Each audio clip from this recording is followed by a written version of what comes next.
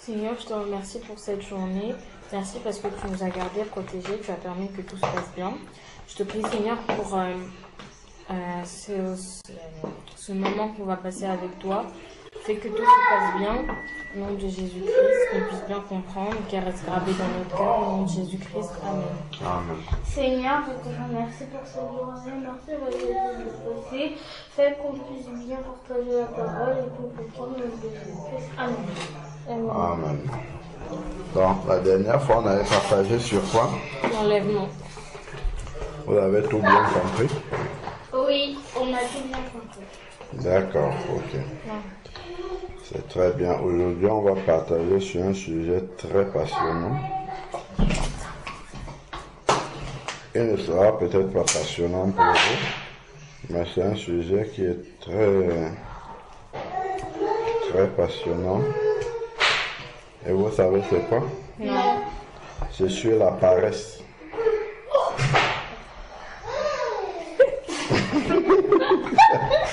Vous ne trouvez pas ça passionnant? Non. Si, je trouve que c'est hyper passionnant. C'est sur la paresse. Alors, on va lire quelques versets sur la paresse. D'accord?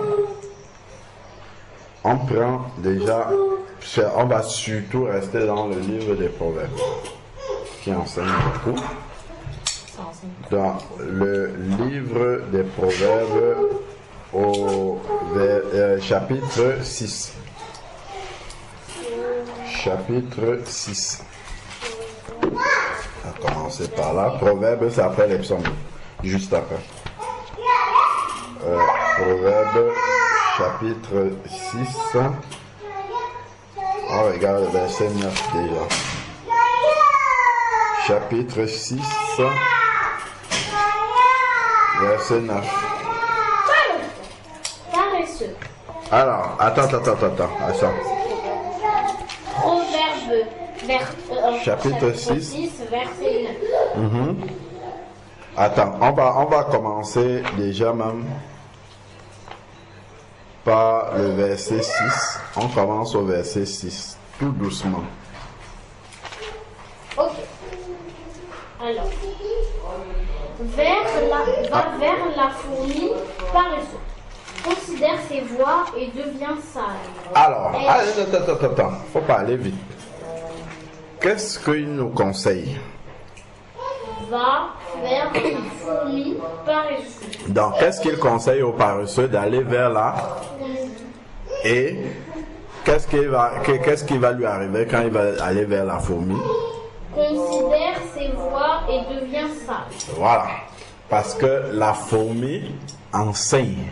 D'accord? La fourmi peut enseigner par ses voies le paresseux. D'accord? En quoi est-ce que la fourmi peut enseigner un paresseux? Oui, Wendy. Oui? En quoi est-ce que la fourmi peut enseigner un paresseux ou une paresseuse? En fait, la fourmi, elle est très travailleuse. Oui. Et du coup, quand le paresseux va la regarder, il va essayer, on peut essayer de copier. Et du coup, d'accord. Raphaëla, tu voulais ajouter autre chose? Oui, c'est que la fourmi, pendant l'hiver, elle fait des provisions. Voilà. Alors qu'un paresseux, il va se dire qu'en hiver, il trouvera de la nourriture, alors que... Et il va être surpris.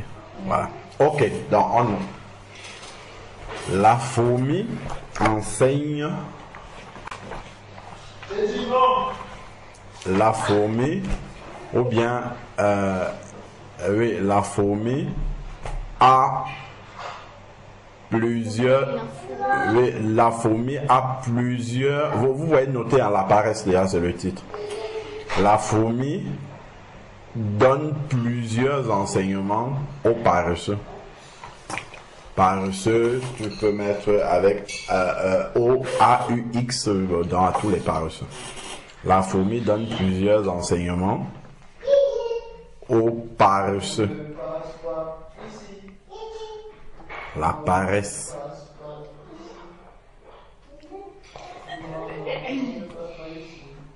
La fourmi donne plusieurs enseignements aux paresseux. 2 points. Premier tiré.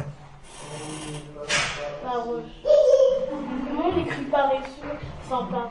La paresse, tu écris paresse comment? Paresseux, c'est dans ta Bible, hein?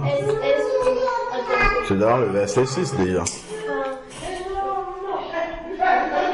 C'est paresse et puis EUX. Ok? C'est bon? Oui, 2 points. Voilà. Alors, premier enseignement, premier tiré. Qu'est-ce qu'on a dit? Que la fourmi donne plusieurs enseignements aux paresseux. Oui, qu'est-ce qu'on a dit? On a d'abord partagé. Qu'est-ce qu'on a dit comme enseignement? Qu'est-ce qu'il peut apprendre? À prendre de la nourriture pour l'hiver. Non, à prendre des provisions. À travailler. C'est ça? À travailler régulièrement. Parce que la fourmi ne reste jamais sans travailler. D'accord? Allez, hop.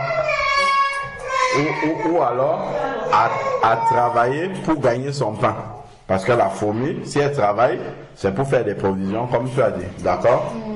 Travailler pour gagner son pain. La fourmi, elle reste pas comme ça et puis le pain lui tombe du ciel. Ok? Ok? Vous riez, hein? Ouais, c'est ça. On écrit quoi? Donc, plusieurs enseignements. Premier tiret, travailler pour gagner son pain. Ok. Travailler pour gagner son pain. Plusieurs enseignements déjà là. Vous pouvez noter le verset. Hein, c'était Proverbe 6, verset 6. Proverbe 6, 6. Vous notez après. Si vous n'avez plus de place, vous notez. Proverbe 6, 6 après. Ok? Où justement le proverbe envoie le paresseux vers la fourmi pour être enseigné. C'est bon, tu as tout noté? Proverbe 6, 6, c'est bon, Wendy?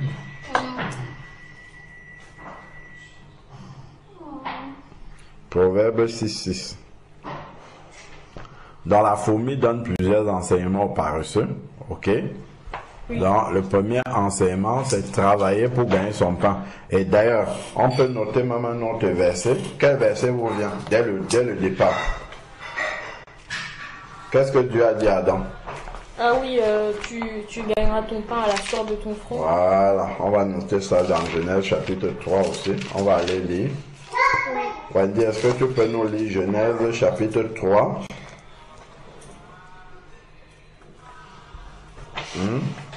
Genèse chapitre 3. Verset 17 à 18. Non, jusqu'à 19. Il dit à l'homme, puisque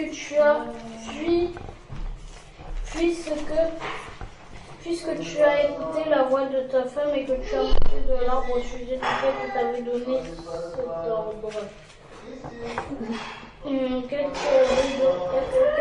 Non, on ne comprend pas, Wendy. Articule, s'il te plaît, parle à haute voix. Il y a un peu de bruit. Il dit à l'homme, puisque tu as écouté la voix de ta femme et que tu as mangé de l'arbre au sujet duquel je t'avais donné cet ordre, tu ne mangeras point. Le sol sera maudit à cause de toi. C'est à force de peine que tu en tireras ta nourriture tous les jours de ta vie. Il te produira des épines et des ronces et tu mangeras de l'herbe des champs. C'est à la sueur de ton visage que tu mangeras du pain, jusqu'à ce que tu retournes dans la terre d'où tu as été pris, car tu es poussière et tu retourneras dans la poussière. Voilà, vous avez compris? À la base, le travail, c'était une sanction que Dieu avait donnée à l'homme. Aujourd'hui, ça reste quand même qu'il faut toujours travailler, d'accord?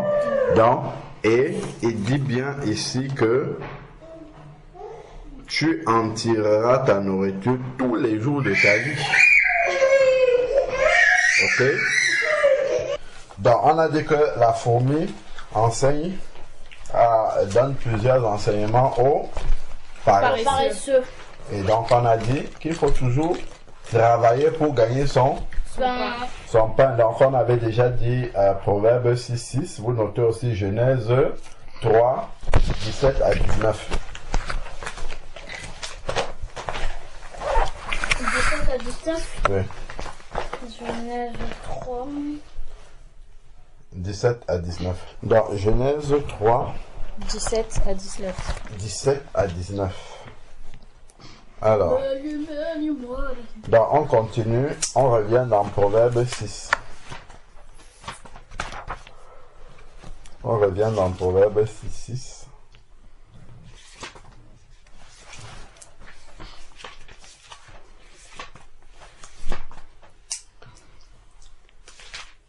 Alors, Proverbe 6. Donc, continue, Wendy. Donc, tu as déjà lu le verset 6, tu peux relire, mais on va plus s'arrêter et tu lis le 7. Proverbe 6, verset 6. Ok. Ouais, attends, est-ce qu'il y avait une seule leçon? Donc, il lui apprend qu'il faut toujours travailler pour gagner son pain. Est-ce que la fourmi lui apprend autre chose? On avait dit autre chose? Non, juste à gagner pour... Voilà, travailler pour gagner son pain. Et puis, tu avais dit que pendant l'hiver, voilà, à faire des provisions pour anticiper. Parce que le paresseux, il ne pense pas à demain. D'accord? Donc ça, c'est une autre leçon. C'est la deuxième leçon. D'accord? La fourmi apprend au paresseux par le travail. Oui. Donc, elle apprend au paresseux à prévoir, d'accord, par son travail, d'accord, donc à prévoir les lendemains par son travail, ok, prévoir sa subsistance, par exemple, d'accord, ok, parce que c'est ça, hein. Ce qu'on appelle sa subsistance, c'est sa nourriture, hein. Voilà, donc à prévoir sa subsistance pour demain. Par exemple, quand tu achètes une maison, tu prévois aussi pour demain, ok. Comment ça? Mais oui, tu achètes une maison. Tu achètes une maison dans laquelle tu habites. Tu l'as déjà aujourd'hui et tu prévois aussi pour demain. Mais oui. Parce que, hein?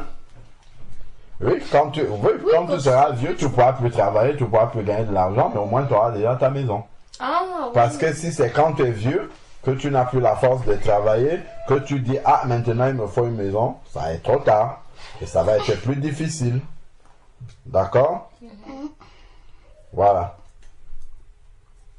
Donc, on a dit anticiper, donc on a dit apprendre par son travail, apprend au paresseux par son travail à prévoir sa subsistance pour demain. Ok? Elle apprend à prévoir. Elle apprend au paresseux par son travail à prévoir sa subsistance de demain. Ok? Parce que si tu ne travailles pas aujourd'hui, tu ne risques pas d'avoir à manger demain. Ni aujourd'hui, ni demain d'ailleurs. Ok? Elle apprend au paresseux à prévoir par son travail sa subsistance pour demain. Subsistance pour demain. Ok? Donc c'est la deuxième leçon. Comment on écrit subsistance? S-U-B. Ça fait subsistance. Comme ça se prononce. S-I-S-T-A-N-C-E. Et S. Ça subsistance, pardon. Subsistance sans S. Ok? Bon, ok. Donc on a déjà ça. Il faut être travailleur. Ok. Ensuite, maintenant, tu continues à lire verset 7. Non.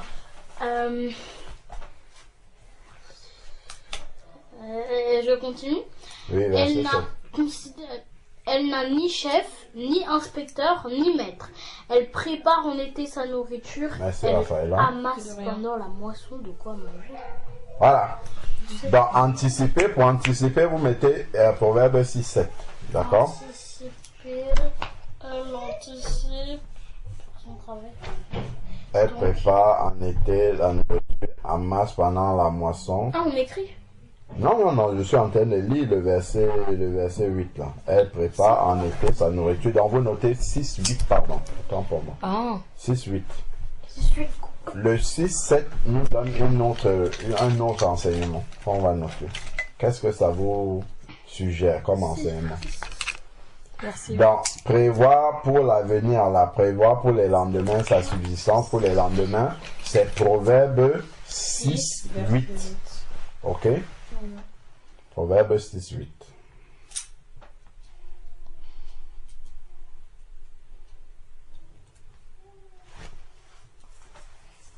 Proverbe 6, 8. C'est bon? Et Proverbe 6, 7, qu'est-ce que ça nous enseigne? Qu'est-ce que la fourmi enseigne aux paresseux? Elle enseigne à considérer ses voies et devenir sage. Non, lis le verset 7. Elle n'a ni chef, ni inspecteur, ni maître. Elle prépare en été sa nourriture. Elle amasse pendant la moisson de quoi manger. Voilà, qu'est-ce que ça vous enseigne? Oui.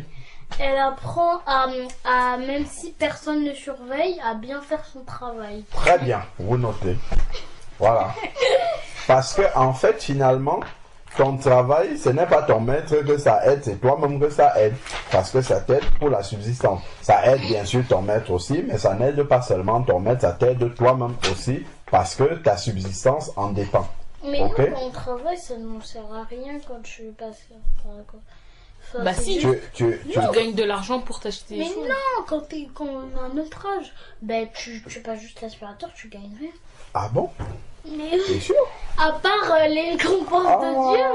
Ah, ok. Donc, tu passes l'aspirateur, tu ne gagnes rien. Bon. Imagine que maintenant, tes parents, ils passent l'aspirateur tout le temps et que après ils sont trop fatigués. Quand ils sont trop fatigués, il y a beaucoup de choses qu'ils ne pourront pas faire pour toi. Déjà. Donc, tu es perdant. D'accord? Ils peuvent être fatigués, et puis finalement, bah, ils peuvent plus travailler suffisamment, gagner de l'argent pour satisfaire tes besoins. Et tes besoins vont diminuer. Et c'est ça que tu gagnes. C'est un exemple parmi des milliers de choses, en fait. Passer l'aspirateur pour soulager les parents, en fait, il y a beaucoup de choses que tu gagnes là-dedans. Parce que aussi, si jamais tes parents, ils passaient toujours l'aspirateur pour toi, quand tu vas grandir et que tu vas avoir ta propre maison, imagine, tu sais pas passer l'aspirateur. Voilà, Tu vas faire par comment? exemple, quelque chose que tu perds. Tu demandes à tes enfants. Oui, et Ah, quand... tu demandes à tes enfants, alors que Alors c'est toi tu viens qui de dois te marier. montrer. Tu dois montrer à tes enfants et c'est toi que tu demandes à tes enfants. Et aussi, avant que tu n'aies des enfants, tu vas faire comment? Je sais pas, j'engage des femmes de ménage. Et t'as de l'argent pour ça. Et si tu es déjà paresseux, comment tu vas avoir de l'argent? Et si plus tard, justement, tu as maintenant besoin d'argent, tu es peut-être étudiant quelque part et tout, et tu vas chercher un petit travail d'étudiant, et c'est passer l'aspirateur. Non, moi je vais pas faire ça. Mais tu n'as pas le choix. Hein. Tu n'as pas le choix. Si c'est le seul travail que tu trouves, passer l'aspirateur. Tu vois que si tu avais pris l'habitude de le passer, eh ben... Ça aurait été un jeu d'enfant. Ouais, ça aurait été une belle leçon de vie d'ailleurs. Oh. Voilà. Donc on a au verset 7, c'est que ils travaillent, ils n'ont pas besoin de contrôleur pour travailler. Ok? Oui. Alors que le paresseux, lui, il a besoin qu'on soit toujours derrière lui. Parole.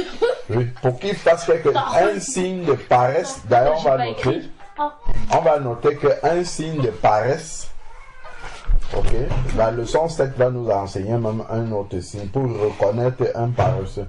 Donc, pour reconnaître un paresseux, c'est qu'il a toujours besoin qu'on soit derrière lui.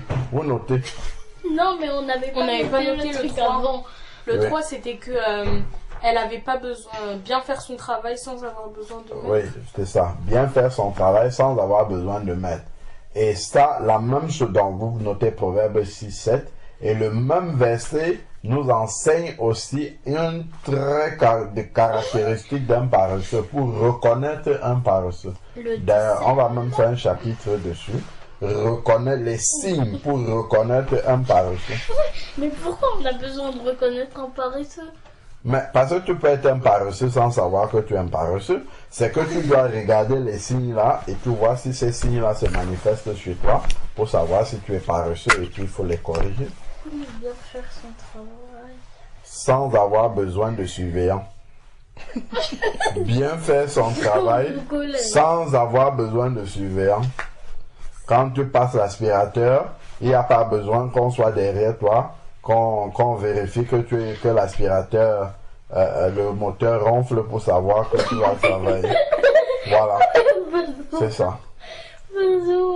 Parce que le paresseux, il a toujours besoin d'un surveillant. S'il n'y a pas le surveillant, il ne fait pas.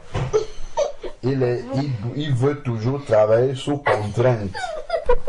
Si on ne le contraint, on ne le force pas à travailler, il ne travaille pas. C'est ça. Ça, c'est un peu... Wow. Le paresseux a toujours besoin d'être forcé pour travailler. Vous notez ça. En 4? Non, là on notait même les enseignements, c'était les enseignements, c'est ça? Oui. De la fourmi. Non, là ce sont les signes. On va noter les signes après, on va revenir dessus. Alors, donc elle prévoit l'avenir, on a noté c'est le 8, le 9 maintenant, Wendy. Ok. Paresseux, jusqu'à quand seras-tu couché? Quand tu te lèveras de ton sommeil? Ah! Un autre signe de paresse, c'est quoi? C'est ne pas se réveiller. C'est le sommeil, voilà. Quelqu'un qui dort trop est un paresseux. Celui qui travaille, il doit se reposer. Mais celui qui dort trop, c'est un signe de paresse. Notez les signes de paresse. Non, les signes de... Oui, les signes. Comment reconnaître un paresseux? Vous notez ça sur le titre. Comment reconnaître un paresseux? Il a besoin d'être forcé pour travailler. Premier signe. Comment reconnaître un paresseux? Point d'interrogation. Petit 1. Il doit être forcé pour travailler. Il faut qu'on lui mette des contraintes. Comment reconnaître un paresseux? Point d'interrogation. Petit 1.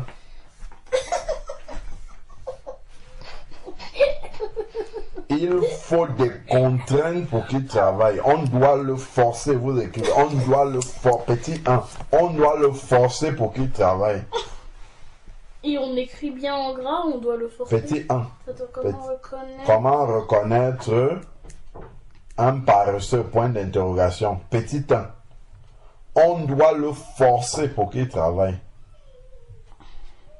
Ah, il va venir nous parler. On doit le forcer pour qu'il travaille. Petit 2. Attends. On doit... Le forcer pour qu'il travaille. C'est ce que la fourmi nous enseigne au chapitre, au verset 6, là. Au verset 7, pardon. Ok. On doit le forcer pour qu'il travaille. C'est bon? Proverbe 6, 7. Non, c'est pas bon. Pour qu'il... Travaille. On doit le forcer pour qu'il travaille. Proverbe 6, 7.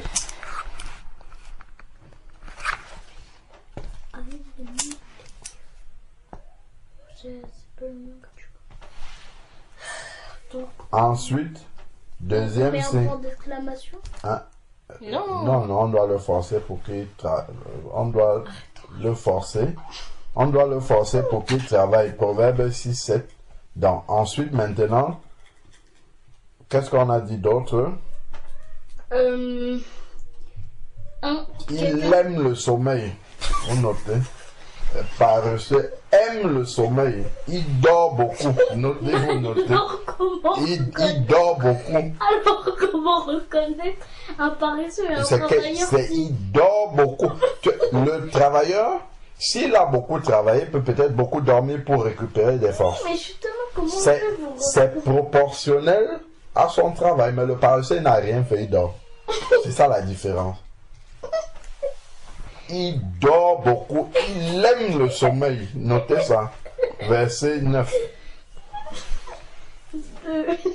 Il aime beaucoup le sommeil.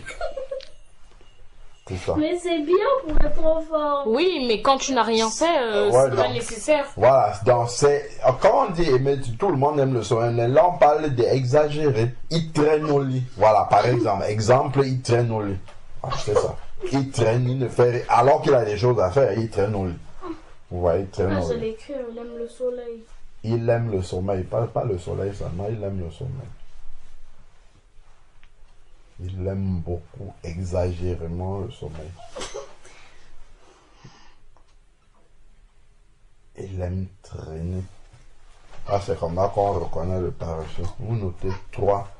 Il est lent à faire les choses.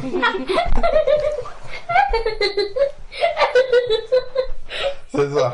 Un paresseux est lent à faire les choses. En troisième? Oui. Petit toi, reconnaître un paresseux, il est lent. Quand on lui demande quelque chose, il faut répéter plusieurs fois. Moi, je connais des gens qui sont comme ça.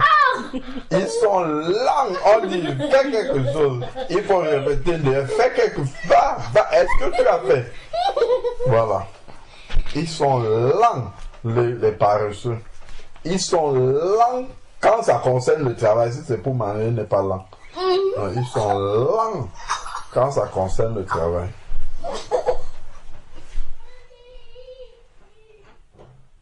Donc, ils sont lents. Ils sont lents en ce qui concerne le travail. Pour travailler, ils sont lents. Quand il faut travailler. Après, on va voir un autre signe. Concerne le travail. Je sais pas pourquoi depuis j'ai qu'une marque. Allez, vas-y. C'est parce que tu rigoles trop. Ceux qui... Attends, ils sont longs en ce qui concerne. Il y a les conséquences ici là de la paresse.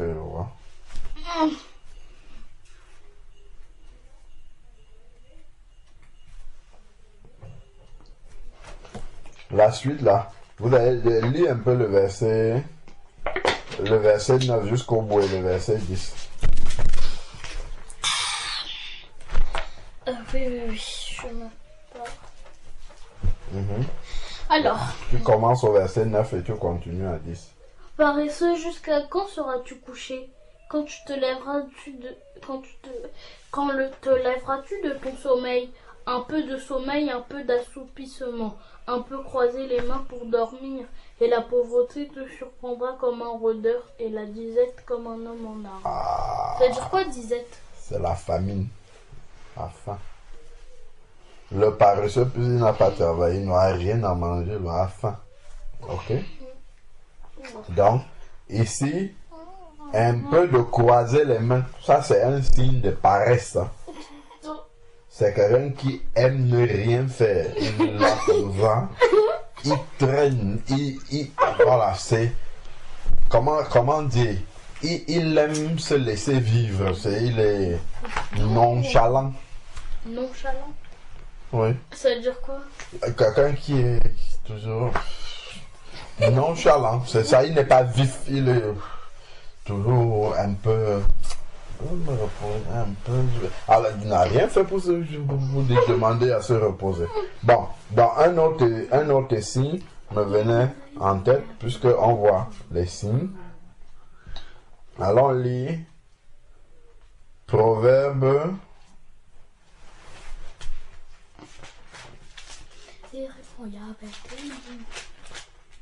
D'ailleurs, il y a un ça ici là. Prenons Proverbe 19, 15. Proverbe 19, 15. Proverbe 19, 15.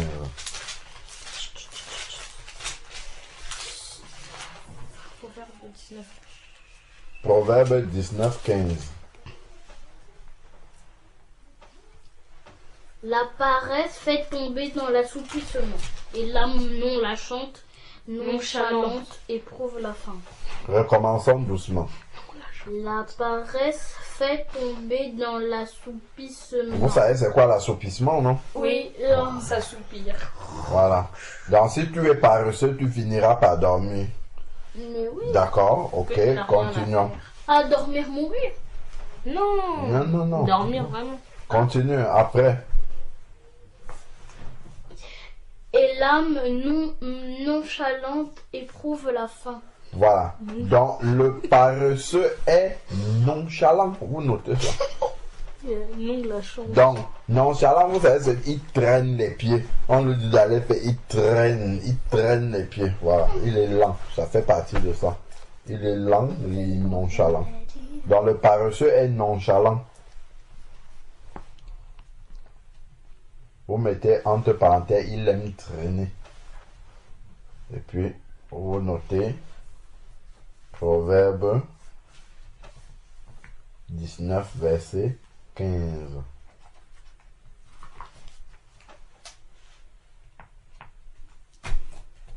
Donc il traîne les pieds comme ça.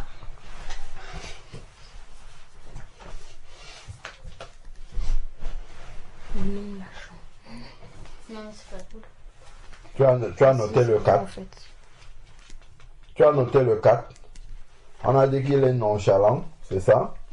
Donc le paresseux est nonchalant, entre parenthèses, il aime traîner, Proverbe 19, 15. C'est bon? C'est pourquoi demain, quand vous allez relire, que vous ne vous dites pas nonchalant, c'est quoi? Il aime traîner. Il est un peu... voilà. Il n'est pas vif. Proverbe 19, 15.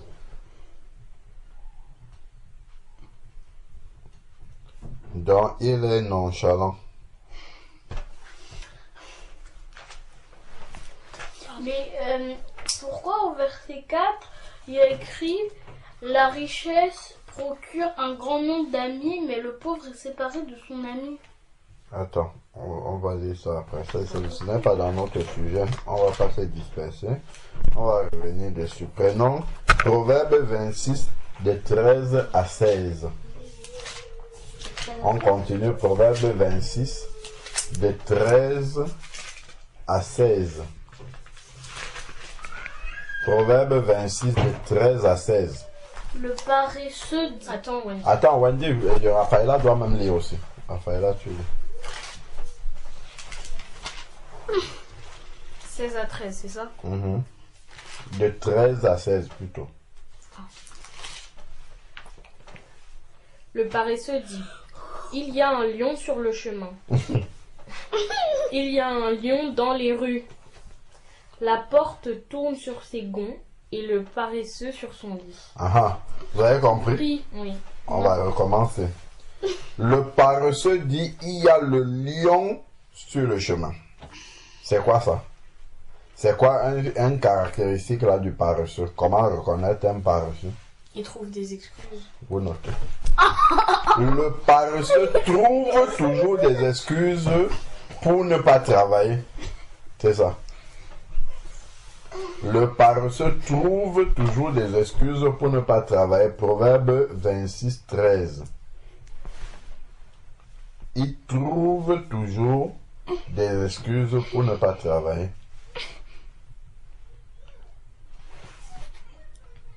Et tout va tourner dans son lit.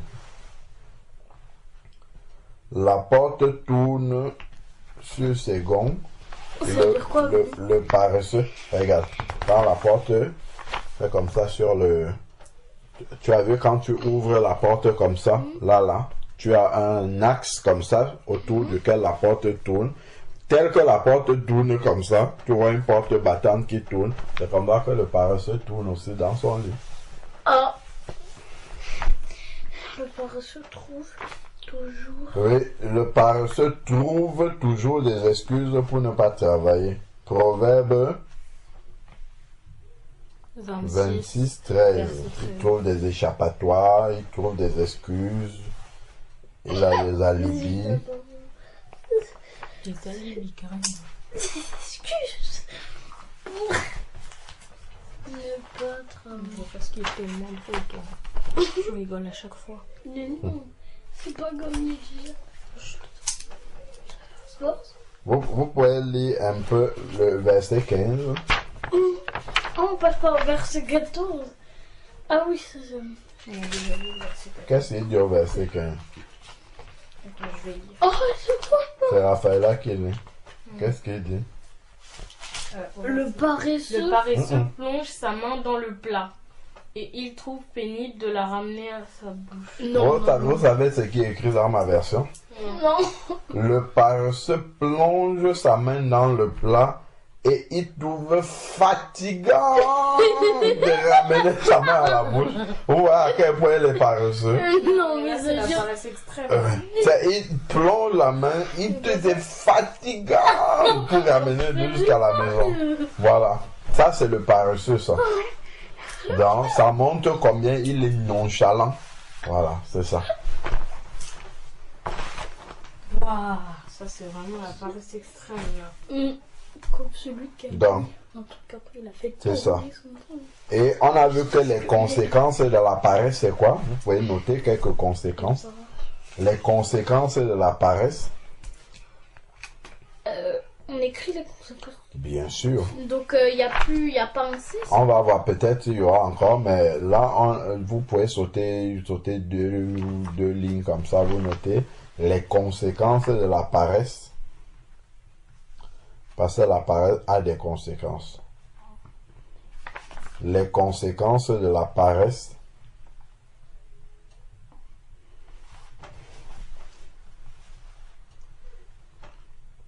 Une première conséquence, c'est quoi? C'est tomber dans la famille.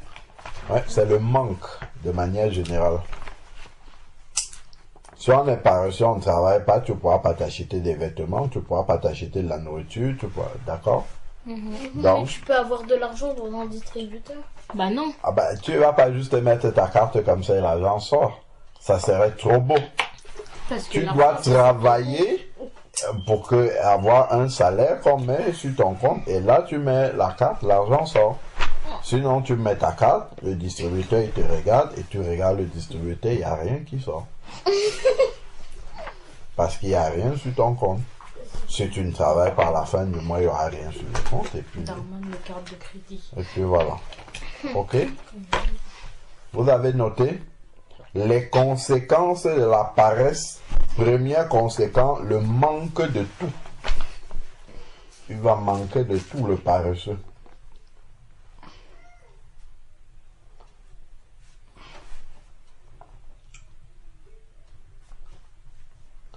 Le manque.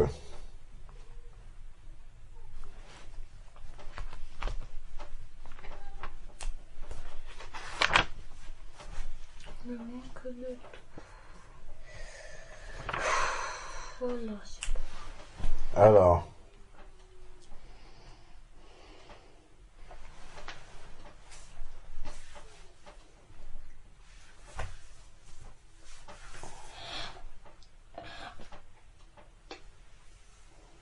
Donc, on peut prendre par exemple Proverbe 20, verset 4. Proverbe 20, on revient quelques chapitres en arrière, 6 chapitres en arrière, Proverbe 20, verset 4.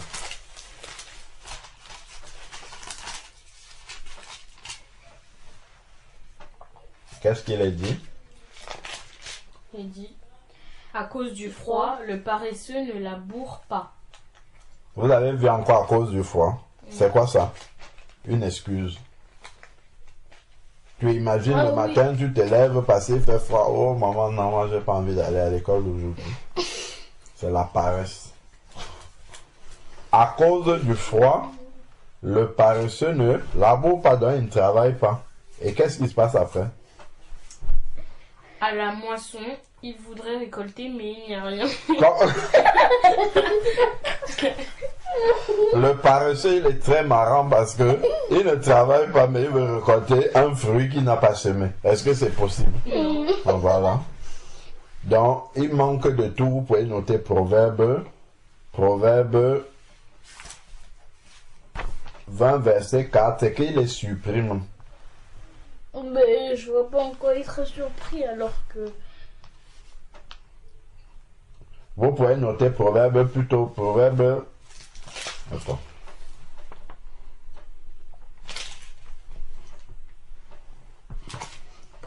Proverbe 19, même verset 24, à la place là. à la place de... Il manque de tout là. Proverbe 19, 24. Vous pouvez lire ça. On va mettre ça et pour l'autre, on va mettre une autre caractéristique, une autre conséquence. Le paresseux plonge sa main dans le plat et il ne la ramène pas à sa bouche. Mais c'est la même chose que tout à l'heure. Non, il trouvait pénible de ramener. Ici, il plonge sa main dans le plat, mais il ne la ramène pas à sa bouche. À votre avis, pourquoi? Parce qu'il n'y a rien. Voilà. Ça, c'est la conséquence. La disette, il n'y a rien dans sa main, il ne peut rien ramener. Ce qui est marrant, c'est qu'il plonge quand même. Il espère trouver quelque chose alors qu'il n'a pas travaillé pour qu'il y ait quelque chose dans son assiette. C'est ça le paresseux. Ça montre qu'il n'a pas anticipé. C'est ça. Il pense qu'il ne va rien faire. Et le moment venu, il va pouvoir plonger la main et puis la nourriture est apparue comme ça de nulle part dans son assiette. Non, ça marche pas comme ça. Il faut toujours savoir que si tu ne travailles pas, là, à un moment donné, il y a quelque chose que tu vas perdre. Forcément. Il y a toujours ça. Tu vas perdre quelque chose. Ok? Oui. Donc, c'est proverbe, voilà. Il va manquer de tout. Donc, on a de là. Là où il y a le froid, là, on a dit quoi? À cause du froid, le paresseux ne laboure pas à la moisson, il cherche, mais il n'y a rien. Donc, une des conséquences de la paresse, c'est la surprise. Wendy, tu notes? Les conséquences de la paresse, c'est... La surprise.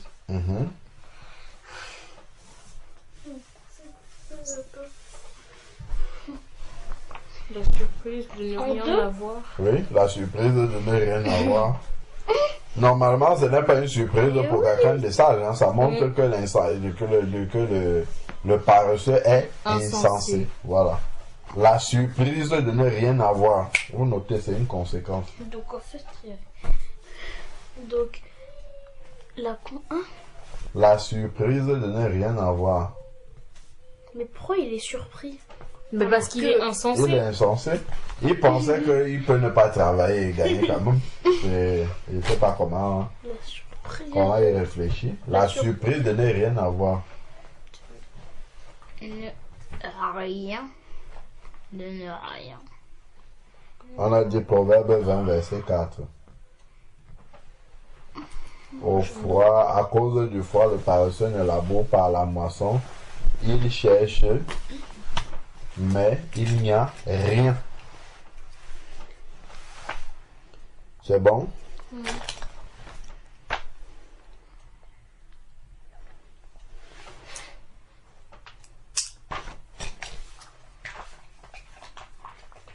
Il cherche, mais il n'y a rien.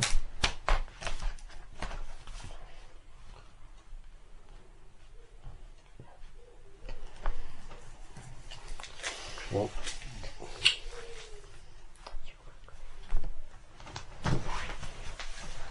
Il cherche, mais il n'y a rien. Alors, assieds-toi correctement.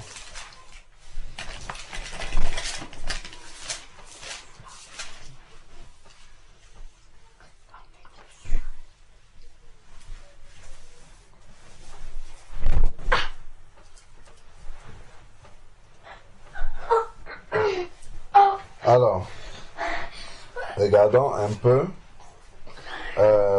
Proverbe 10, 26. Proverbe 10, verset 26. Je vous avais dit que c'est un sujet très passionnant. Proverbe 10, verset 26. Maintenant, chacun va voir en quoi est-ce qu'il est paresseux. Proverbe 10, verset 26. Il y a même une des caractéristiques du paresseux. Vous avez encore de la place? Oui. C'est qu'il remet à demain ce qu'il peut faire maintenant. Et ça s'appelle comment déjà? Hein? C'est reconnaître un paresseux, c'est ça? Oui, dans reconnaître un paresseux. Il remet à plus tard. Il remet toujours à plus tard ce qu'il peut faire à l'instant. Et ça s'appelle comment déjà ce mot?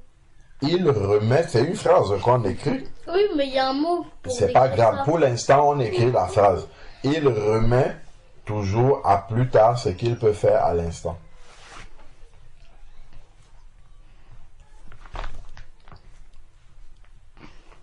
Il fois, remet t'es fatigué, toujours donc, à plus tard. Oui, mais un paresseux, il fait rien, on a dit. Et il est fatigué tout le temps. Donc ce n'est qu'une excuse. Non. En quoi il peut être fatigué s'il travaille pas? Mais c'est ça, justement. Il remet toujours Proverbe. à plus tard ce qu'il peut faire aujourd'hui. Ce qu'il peut faire à l'instant. Non, on va pas donner le verset. Ok. Voilà. Donc, j'allais dire qu'on va finir en lisant Proverbe 10, 26.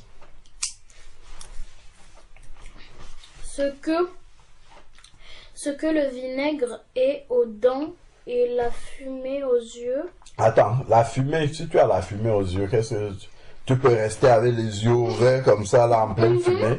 Non, Ou bien mettre les vinaigres sur tes dents comme ça et puis rien ne se passe? non. Voilà. Tel Non, est le la suite. paresseux pour celui qui l'envoie. Voilà. Donc, si tu envoies un paresseux, la souffrance que tu vas avoir à cause de ce qui, la manière d'être du paresseux, le nonchalant, il remet à plus tard, tout ça, ça sera comme quelqu'un qui a la fumée dans les yeux. Ok? Est-ce que vous comprenez? Restons concentrés. Donc, si tu envoies un paresseux, la souffrance que tu vas avoir à cause de sa paresse, ça sera comme si tu avais la fumée dans les yeux. Ou le vinaigre dans les dents. D'accord?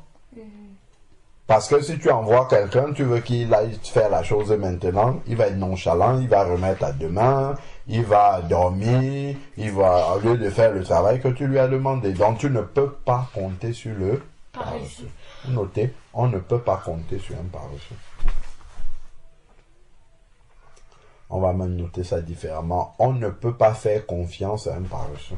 Vous pouvez noter, on ne peut pas compter sur un paresseux. On ne peut pas faire confiance à un paresseux. Et vous notez Proverbe 10, verset 26 et on va s'arrêter. C'est toujours dans comment reconnaître? Hein? Non, non, là on était à les conséquences, là c'est après, c'est la conclusion un peu. On ne peut pas faire confiance à un paresseux ou on ne peut pas compter, ou les deux. On ne peut pas compter sur un paresseux, on ne peut pas faire confiance à un paresseux. Proverbe 10, verset 26. On ne peut pas aimer un paresseux. On ne peut pas faire confiance à un paresseux. paresseux. Et on va finir par un dernier verset. C'est dans Romains chapitre 12, verset 11. Wendy, tu vas lire. Il est important ce verset. Il est très important. Proverbe. Romains chapitre 12, verset 11. Romains, c'est après Actes des Apôtres. C'est après Philippiens? Romains, c'est après Actes des Apôtres. Oui, mais c'est après ou avant? Après Actes des Apôtres, Actes des Apôtres, c'est le premier livre, après Jean. Après les évangiles, c'est le premier livre. Et le deuxième, c'est Romains. S'il te plaît, est-ce que tu peux répéter les versets? Parce que j'avais pas entendu. Enfin, j'avais entendu, mais j'ai oublié les versets ici. Romains quoi? Proverbe. C'était Proverbe 10, 26. Proverbe 20 quoi? Enfin, Proverbe. Là, il y a Enfin, des Romains quoi? Romains 12. On attend Raphaël là. Verset 11.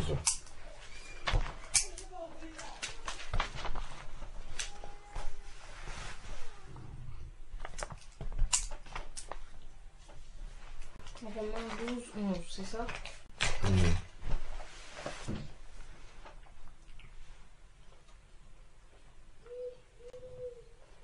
Qu'est-ce qu'il a dit?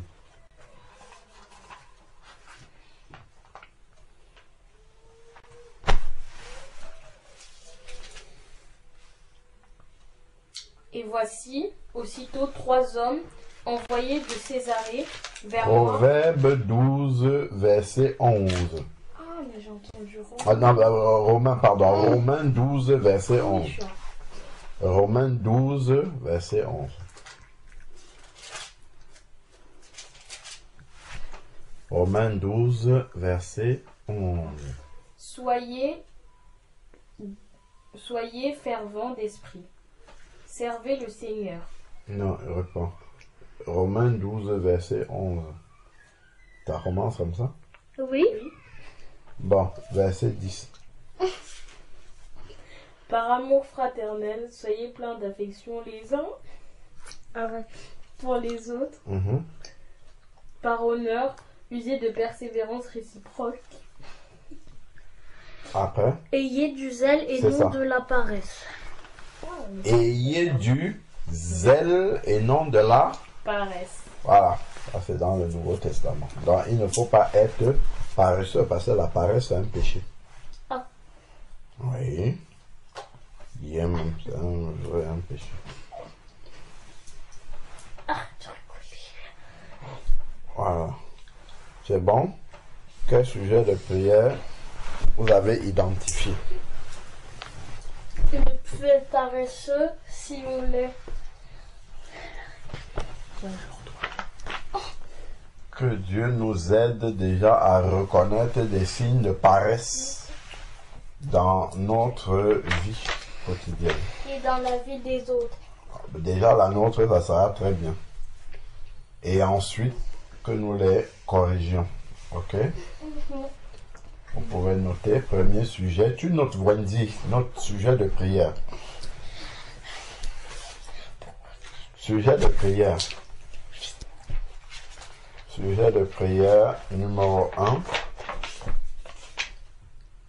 Que le Seigneur nous aide à identifier des signes de paresse dans notre vie. On en a cité plusieurs là, comment reconnaître un paresseux. Que le Seigneur nous aide à reconnaître les signes de paresse dans notre vie. Donc, nous pouvons même ne pas être paresseux, être un travailleur, mais parfois faire preuve de paresse. Ok? Mais ça va, c'est donc, on peut être un paresseux occasionnel, mais ça même il faut corriger. Que le Seigneur nous aide. Donc, que le Seigneur nous aide à identifier les signes de paresse dans notre comportement. Ok? Et de deux, qu'il nous aide à les corriger. C'est bon?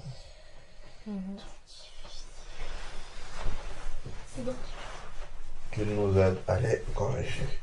Que le Seigneur nous aide à identifier les signes de paresse dans notre vie. Et puis de deux, qu'il nous aide à les corriger.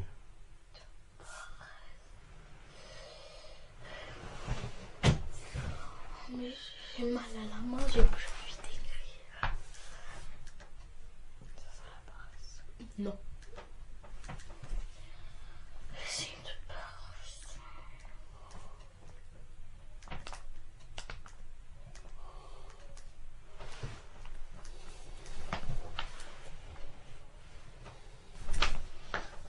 De ton office.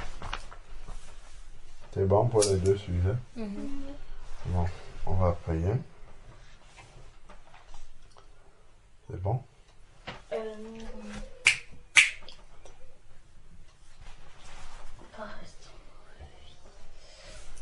Le 2, c'est quoi? Qui nous aide à les corriger. C'est ça.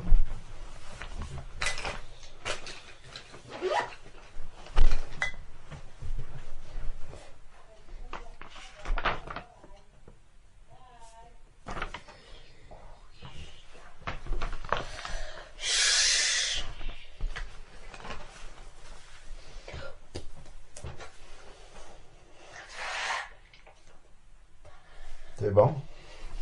Oui. Bon, on va prier. Éternel Dieu, nous voulons te bénir encore pour ce moment de partage que tu nous as accordé. Merci pour ta parole qui est riche. Merci de ce qu'elle vient encore pour nous éduquer, afin, Seigneur Père éternel, que nous ne soyons pas paresseux, mais que nous puissions être vifs, fervents d'esprit, Seigneur Père éternel, afin d'accomplir ta volonté. Viens encore nous soutenir au quotidien dans ce que nous pouvons encore manifester comme signe de paresse et aide-nous à pouvoir les corriger pour ta seule gloire, Seigneur Père éternel.